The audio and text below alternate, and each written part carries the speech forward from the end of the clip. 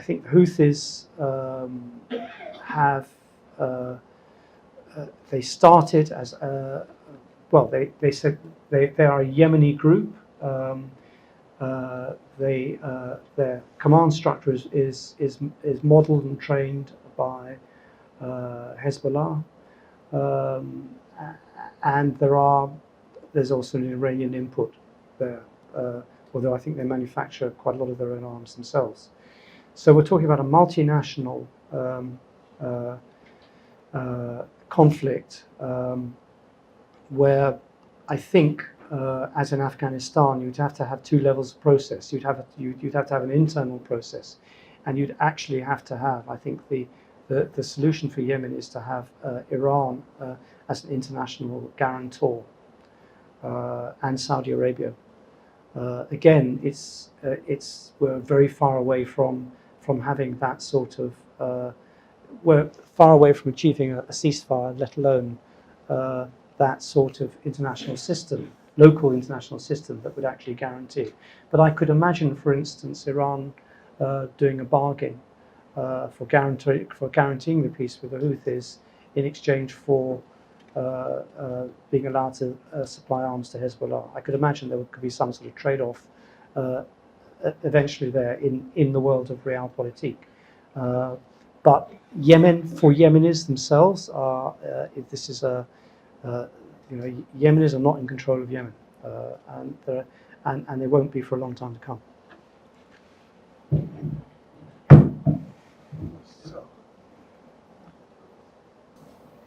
Follow up on Libya. Libya's assets abroad have been frozen since 2011. They amount to 90 to 150 billion dollars estimated. The people who control those assets don't really, in a cynical sort of way, don't have much interest in seeing a stable government established in Libya that would demand their assets back.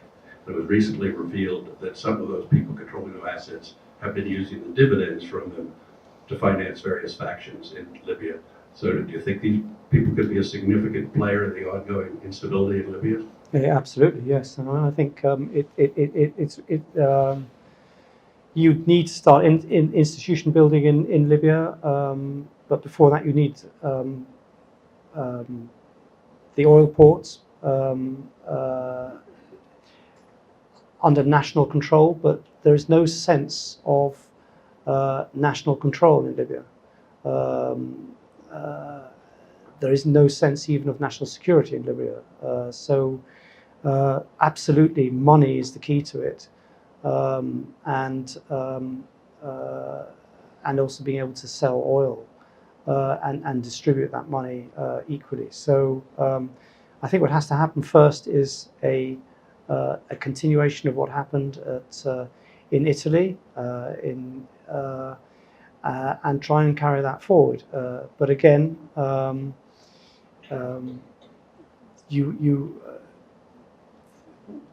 what you're basically faced with is complete loss of control, and you've got to and you've got to try and find mechanisms that re-establish control. So I agree with you.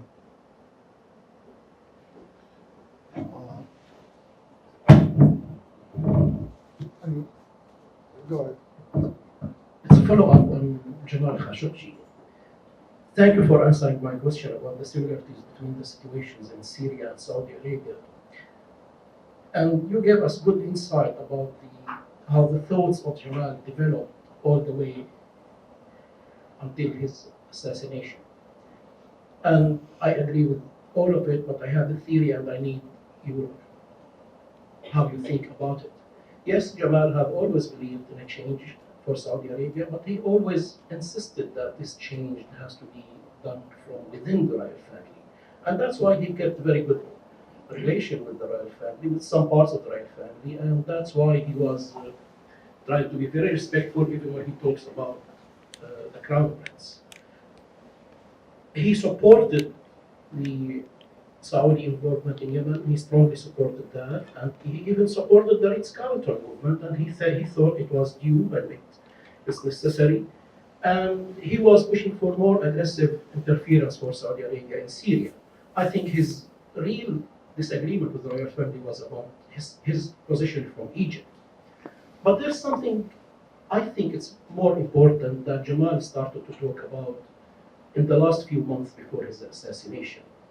He was always drawing the attention to the economical situation in Saudi Arabia. He believed that the crown prince is waging a campaign that it is very necessary for Saudi Arabia. He was into the order for westernization or modernization of Saudi Arabia, but he also said that the most important challenge for MBS is the economical challenge. Yes, all those young people in the malls, they are very happy that they can now dance and they can talk to girls and they can do all of that. But at the end of the day, what they really need is jobs. And Jamal believed that MBS has delivered tens of thousands of jobs. And he believed that the Saudi economy, with the current situation, how it is, it's not going to enable him to do that. So Jamal started to talk about this, and this started to draw the attention of serious listeners of the United States, especially when he started to talk about it in the essence of, okay, let's talk about what's in it for you, rather than what's in it for me. I have asked Jamal a question. I told him, do you think what's going on in Saudi Arabia will lead to the realizing of Wahhabism in Saudi Arabia? And he said, absolutely yes. And it will be coming back in a very vicious form and for economical reasons.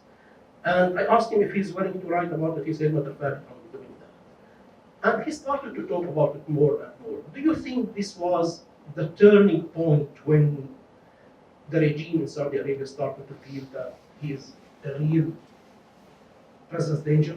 Thank you. Well, okay, yeah. Yes, I completely agree with you that he was thinking that. We had similar conversations. What he said to me was less detailed than he said to you because we didn't talk about it as much. But it was absolutely. He said, "Look, the youth." I said, "Look, MBS is supported by the youth." And he said, "Yes, until they have to open their wallets." And when that happens, when austerity bites, and you see this guy with 3 yachts and charging around the world as some sort of superhero and some sort of economic reformer, that's not going to work. And it's only a matter of time before Saudi Arabia, under austerity and with a young population, and with declining jobs, and with the mismanagement that's going on in the economy, where they're actually locking up the reformers. It's only a matter of time before they all fall out with each other. The other point I would make is that we're talking about two things. Jamal was a rational actor. He was a normal journalist. He was one of us, right?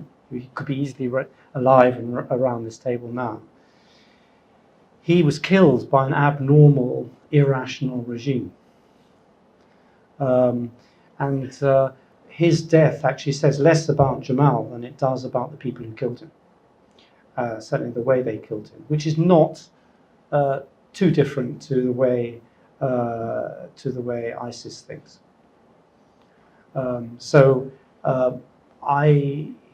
Jamal was a normal person, a brave person, a person who could have taken, in English we call it the king's shilling, or rather, the prince's dinars, but he didn't. He refused that money. He was offered lots of money to shut up, and he refused.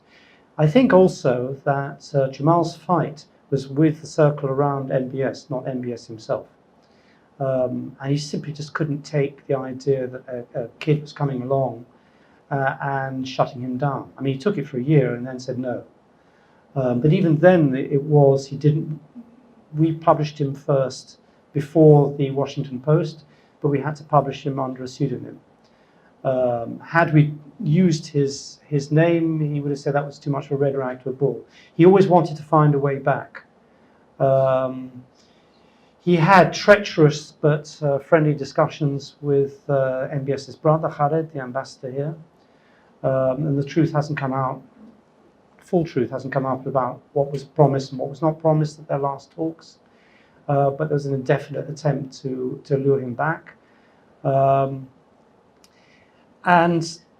Jamal's mistake was to think that he still knew how the system worked inside an average Saudi consulate or embassy. He just didn't think, for all the right reasons, for all the sort of rational reasons, that they would go to that length. He thought he might get delayed for a bit, for a few hours. He didn't think he would be killed. He was busy discussing. The main preoccupation that day was to get the furniture in for the new flat. He walked straight into a trap. He didn't believe that between Friday and Tuesday, he walked into the consulate on a Friday. We had our last discussion. He was in London at Euston Road on the Saturday. But on Friday, he walked into the consulate. He was met by two people. They said, yes, fine, we'll give you the papers. Then the Mukhabarat guy took the paper over. They had a friendly chat. He gave Jamal his mobile. Come back on Tuesday, we'll have the paper ready for you. We'll have a cup of tea with the consul. Now, Jamal didn't think that between Friday and Tuesday, they would go to the lengths that the Mukhabarat guy would fly back to Riyadh, and that there was a killer squad with highly prepared duties, pre-assembled, including a guy who could cut up a body in 20 minutes, ready to spring into action. I mean, he just simply didn't believe. I mean, he knew bad things were happening. He just simply believed that that would happen. So he calculated, they don't have the time to do this. No, I mean, it was just out of his range of thinking that he'd walk straight into the hands of butchers. And I think he did that for honourable and decent reasons. That in his mind, at least, he knew what was normal and what was abnormal, and he lived a normal life.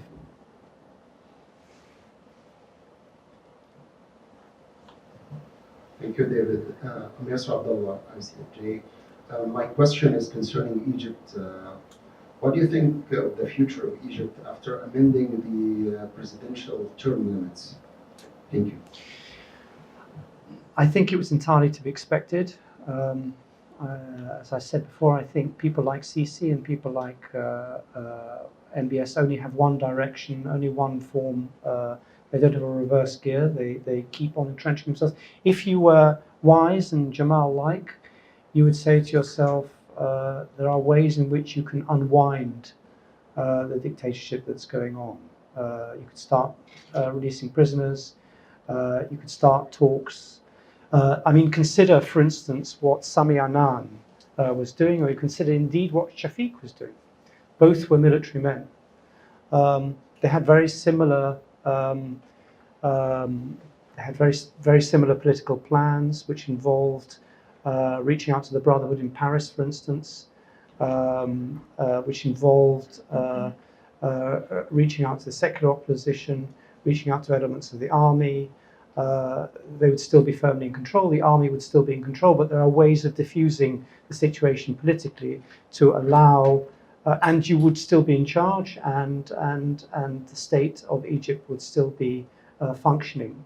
That's not the direction Sisi is apparently going on, and he seems to be. He has next to him a group of people, a small group of people who are in more and more control. So that, I mean, we went through various stages of obviously tangible opposition within military structures. For instance, the Mekameline tapes had obviously been acquired by the Egyptian Secret Service. It was the Egyptian Secret Service that had the power to bug Kamal's phone.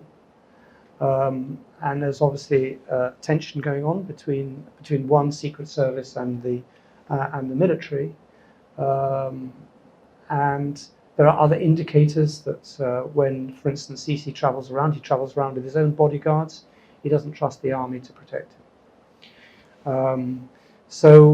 Unfortunately, and I say this with no glee, that I think the situation in Egypt is going from bad to worse. In terms of stability, I'm not talking about politics or groups, I'm talking about actually the stability of the state. Do you think it's going to stay to be a police state for a long time?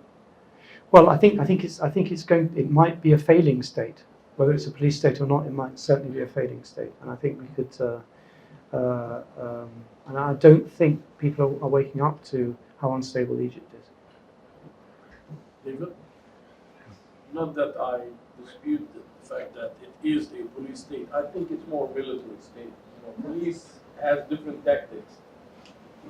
Don't you believe that most of our governments in the Middle East are conducting? Okay, I'm loud enough. Because of the Okay. taping. All right, sorry. Don't you think that most regimes in the Middle East conduct themselves in a similar fashion, being military or police states, without any exception?